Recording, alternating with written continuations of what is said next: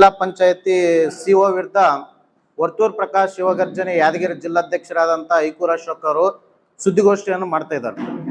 ಈ ಸುದ್ದಿಗೋಷ್ಠಿ ಇಷ್ಟೇ, ದಿನಾಂಕ 34ರಂದು ನಮಗೇನು ನೋಟಿಸ್ ಇಶ್ಯೂ ಮಾಡ್ತಾರೆ.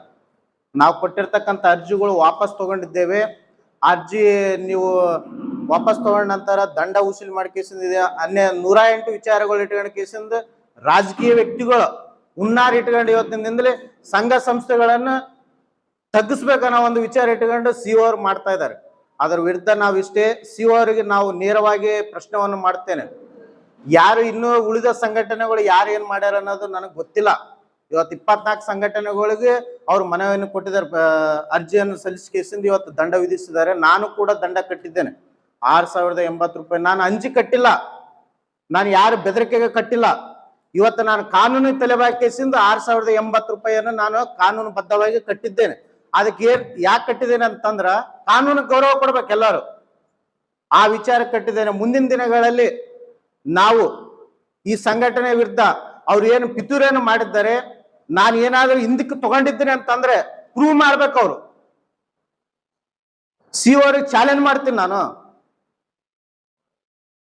ಅನಾಮಧೇಯ ಮಾಡೋದ್ರಿಂದ ನಾನು ಒಬ್ಬ ಅಂಗವಿಕಲ, ನನ್ನ ಮಾನಸಿಕವಾಗಿ ಹಿಂಸೆ ಆಗಿದೆ. ಇವತ್ತ ಎಲ್ಲ ಪತ್ರಿಕೆಯಲ್ಲಿ ಬಂದಿದೆ, ಮೀಡಿಯಾದಲ್ಲಿ ಬಂದಿದೆ, ನನ್ನ ಮನಸ್ಸಿಗೆ ನೋವು ಆಗ್ತಾ ಇದೆ.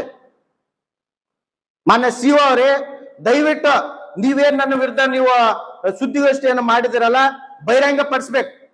ನನಗೆ ಏನು ಶಿಕ್ಷೆ ಕಾನೂನು ಪ್ರಕಾರ ನೀವು ಶಿಕ್ಷೆ ಕೊಡ್ತೀರಿ, ನಾನು ಬದ್ಧನಿದ್ದೇನೆ. ಅದಕ್ಕಾಗಿ ದಯವಿಟ್ಟು ಮುಂದಿನ ದಿನಗಳಲ್ಲಿ ನಾವು ಹೋರಾಟವನ್ನು ಹಮ್ಮಿಕೊಳ್ತಾ ಇದ್ದೀವಿ. ಅತಿ ಶೀಘ್ರದಲ್ಲಿ ಜಿಲ್ಲಾ ಪಂಚಾಯತಿ ವಿರುದ್ಧ ಮಾಜಿ ಸಚಿವರು ವರ್ತೂರ್ ಪ್ರಕಾಶ್ ಅವರು ಜಿಲ್ಲಾ ಪಂಚಾಯತಿ ವಿರುದ್ಧ ಹೋರಾಟ ಮಾಡಕ್ಕೆ ರೆಡಿ ಇದ್ದಾರೆ. ಅತಿ ಶೀಘ್ರದಲ್ಲಿ ಬರ್ತಿದ್ದಾರೆ. ಅದಕ್ಕಾಗಿ ಈ ಪತ್ರಿಕೆಗೋಷ್ಠಿಯಲ್ಲಿ ಇಂದಿನ ದಿನಗಳಲ್ಲಿ ಸುಮಾರು ಒಂದಲ್ಲ, ನಾವು ಕೊಟ್ಟಿರ್ತಕ್ಕಂಥದ್ದು 14ರಿಂದ 15 ತಿಂಗಳಾಯ್ತು ಯಾದಗಿರಿ ಸಿಒ ಅವರು ಬಂದಿದ್ದಾರೆ. ನಾವು ಸುಮಾರು ಏನಿಲ್ಲ ಅಂದ್ರ 10ರಿಂದ 12 ಅರ್ಜಿಗಳು ಕೊಟ್ಟಿದ್ದೇವೆ ಇಲ್ಲಿ ತನಕ. ಯಾವ ಅರ್ಜಿಗೂ ನಮಗೆ ಪ್ರತಿ ಉತ್ತರ ಕೊಟ್ಟೇ ಇಲ್ಲ. ಏಕಾಏಕಿಯಾಗಿ ನಾವು ಕೊಟ್ಟಿರ್ತಕ್ಕಂಥ ದಾಖಲೆಗಳಿಗೆ ನಾವು ಕೊಟ್ಟಿವಿ, ಅದನ್ನು ವಾಪಸ್ ತಗೊಂಡಿದ್ದಾರೆ ಅನ್ನೋದು ನೇರವಾಗಿ ನಮಗೂ ಮೆತ್ತಗೆ ಮಾಡಬೇಕು, ಕುಗ್ಗಿಸ್ಬೇಕು ಅನ್ನೋ ಒಂದು ವಿಚಾರ ಇಟ್ಕೊಂಡು ಕೇಸಿಂದು ಮಾಡಿದ್ದಾರೆ. ಇದು ನಾನು ಒಪ್ಪುವುದಿಲ್ಲ.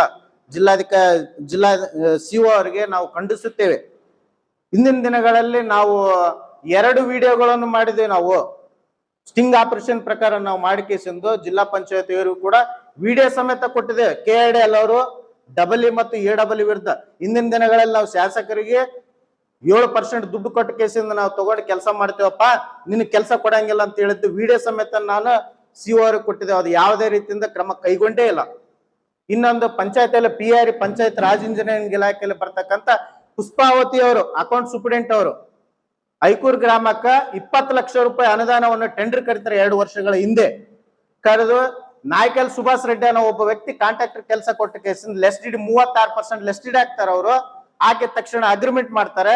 ಅಗ್ರಿಮೆಂಟ್ ಆದ ತಕ್ಷಣ KPP ಪ್ರಕಾರ, ಪ್ರೋಟೋಕಾಲ್ ಪ್ರಕಾರ ಏನ್ ಹೇಳ್ತದೆ ಕಾನೂನು, ಟೆಂಡರ್ ಪ್ರಕಾರ ನೀವು ಏನ್ ಅಗ್ರಿಮೆಂಟ್ ಮಾಡ್ತಿರಲ್ಲ, ಕೆಲಸ ಮಾಡೋ ಗಂಟವರೆಗೂ ಯಾವೊಬ್ಬ ವ್ಯಕ್ತಿ ಕಾಂಟ್ರಾಕ್ಟರ್ಗಳಿಗೆ ಲೆಸ್ ಡಿಡಿ ಕೊಡಬಾರ್ದಂತ ಯಾಜ ರೂಲೇ ಇದೆ. ಆದ್ರೆ ಇವತ್ತಿನ ಪರಿಸ್ಥಿತಿ ಅಗ್ರಿಮೆಂಟ್ ಆಗ್ತದ. ಅಗ್ರಿಮೆಂಟ್ ಆದ ತಕ್ಷಣ ಆ ವ್ಯಕ್ತಿಗೆ ಕಾಂಟ್ರಾಕ್ಟರ್ ಕರೆದ ಕೇಸಿಂದ ಏನು ಅಕೌಂಟ್ ಸೂಪರಿಂಟೆಂಡೆಂಟ್ ಆಗಿರ್ತಕ್ಕಂಥ ಪುಷ್ಪಾವತಿ ಅವರು ಲೆಸ್ ಡಿಡಿ ಕೊಟ್ಟ ಕೇಸಿಂದ 10,000 ರೂಪಾಯಿ ತಗೊಂಡ ಕೇಸಿಂದ ಅವ್ರಿಗೆ ಲೆಸ್ ಡಿಡಿ ವಾಪಸ್ ಕೊಡ್ತಾರೆ. ಎಲ್ಲಿದೆ ಕಾನೂನು? ಬಾಬಾ ಸಾಹೇಬ್ ಅಂಬೇಡ್ಕರ್ ಅವರು ಸಮನಾಗಿ ಕಾನೂನು ಅಂತ ಹೇಳ್ತಾರೆ. ಅವ್ರು ಬರೆದಿಟ್ಟದು ಏನು? ಈ ಅಧಿಕಾರಿಗಳು ಏನ್ ಮಾಡ್ತಾ ಇದಾರೆ ನಮ್ಮ ವಿರುದ್ಧ? ನಾವು ಅಂದ್ರೆ ಹೋರಾಟ ಮಾಡಿ ಅಧಿಕಾರಿಗಳನ್ನು ಭ್ರಷ್ಟರನ್ನು ತಡೆಗಟ್ಟೋದೇ ಸಂಘಟನೆಗಳ ತಪ್ಪ.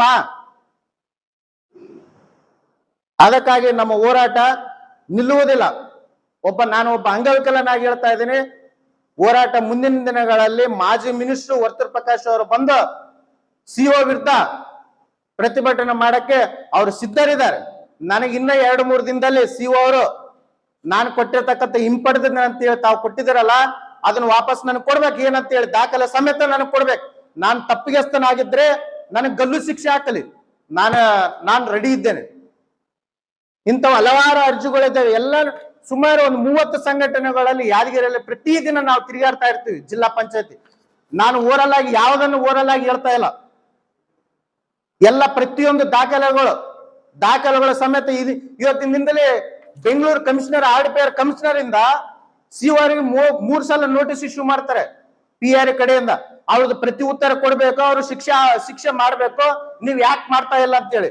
ಆದ್ರೆ ಇಲ್ಲಿ ತನಕ CO ಅವ್ರು ಯಾವುದೇ ರೀತಿಯಿಂದ ಕ್ರಮ ಕೈಗೊಳ್ತಾನೆ ಇಲ್ಲ. ಅದಕ್ಕಾಗಿ ದಯವಿಟ್ಟು ಕಾನೂನುಬದ್ಧವಾಗಿ ಯಾರು ಹೋರಾಟ ಮಾಡ್ತಾರೆ ಅವ್ರಿಗೆ ಗೌರವಯುತವಾಗಿ ನೀವು ಗೌರವ ಕೊಡ್ಬೇಕು. ಯಾರು ಭ್ರಷ್ಟರು ಇರ್ತಾರೆ, ಈಗೇನ್ ಬೂಡ ಅಂಜಿಸ್ ಕೇಸಿನ ದಲ್ಲಾಳಿಗಳು ಇರ್ತಾರೆ, ಅವ್ರಿಗೆ ಶಿಕ್ಷೆ ಕೊಡಿ. ಅದರಲ್ಲಿ ನಾನು ಇದ್ರೆ ನನಗೂ ಕೊಡಿ. ಏಕಾಏಕಿಯಾಗಿ ನೀವು ಯಾವುದೇ ರೀತಿಯಿಂದ ಸಂಘಟನೆಗಳನ್ನು ಗುರಿಯಾಗಿಟ್ಟುಕೊಂಡು ನೀವು ಕುಗ್ಗಿಸಬಾರ್ದು. ಈ ಜಿಲ್ಲೆಯಲ್ಲಿ ನಾವು ಹಲವಾರು ಇವತ್ತಿಂದ 10 ವರ್ಷಗಳಿಂದ ಹೋರಾಟ ಮಾಡ್ತಾ ಬಂದಿದ್ದೇನೆ ನಾನು.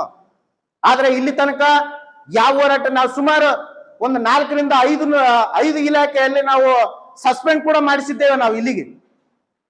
ಆದ್ರೆ ಏಕಾಏಕಿ ಈಗ 14 ತಿಂಗಳಿಂದ ಬಂದಿರತಕ್ಕಂತ CO ಅವರು, ನೀವು ರಾಜಕೀಯವಾಗಿ ಏನ್ ಬೇಕಾದ್ರೂ ಮಾಡ್ರಿ, ಈ ಐಕೂರ್ ಅಶೋಕ್ ಯಾರಿಗೂ ಕುಗ್ಗೋದಿಲ್ಲ. ಏನಾಗುತ್ತೆ ಅದನ್ನ ನಾನು ಹೋರಾಟ ಮಾಡುತ್ತೇನೆ. ದಯವಿಟ್ಟು ನಾನು ಇಷ್ಟೇ ಪತ್ರಕರ್ತರಲ್ಲಿ ಮತ್ತು ಮಾಧ್ಯಮ ಮಿತ್ರರಲ್ಲಿ ನನಗೆ ಮನಸ್ಸಿಗೆ ನೋವಾಗಿದೆ ಈ ವಿಚಾರವನ್ನು ತಿಳಿದು. ನಾನು ದಂಡವನ್ನು ಕಟ್ಟಿದ್ದೇನೆ, ಕಾನೂನಾತ್ಮಕವಾಗಿ ಕಟ್ಟಿದ್ದೇನೆ. ಅದಕ್ಕೆ ದಯವಿಟ್ಟು ನೀವೆಲ್ಲರೂ ನನಗೆ ಸಹಕರಿಸಬೇಕು. ನಾನು ತಪ್ಪಿಗಸ್ತನಾದ್ರೆ ನನಗೆ ಗಲ್ಲು ಶಿಕ್ಷೆ ಹಾಕ್ರಿ ನೀವೆಲ್ಲರೂ. ನಾನು ತಪ್ಪಿಗಸ್ತನ ಅಲ್ಲ. ದಯವಿಟ್ಟು ನನಗೆ ನ್ಯಾಯ ಕೊಡಿಸ್ಬೇಕು ನೀವೆಲ್ಲರೂ. ಅದಕ್ಕಾಗಿ ನಿಮ್ಮಲ್ಲಿ ನಾನು ಮನವಿ ಮಾಡಿಕೊಳ್ಳುತ್ತಿದ್ದೇನೆ, ನೀವೆಲ್ಲರೂ ನನಗೆ ಸಹಕರಿಸಬೇಕು. ನಾನು ಮನನೊಂದಿದ್ದೇನೆ, ಮಾನಸಿಕವಾಗಿ ಕುಗ್ಗಿದ್ದೇನೆ ನಾನು.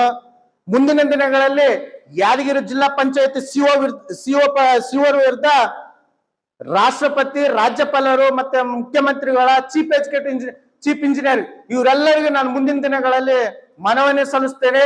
ಪ್ರಧಾನಮಂತ್ರಿಗಳಿಗೆ ಮೇಲ್ ಕೂಡ ಮಾಡಿದ್ದೇನೆ ನಾನು ನಿನ್ನೆ. ಅತಿ ಶೀಘ್ರದಲ್ಲಿ ನನಗೆ ಉತ್ತರ ಸಿಗುತ್ತೆ ಅಂತ ನಾನು ಭಾವಿಸಿದ್ದೇನೆ.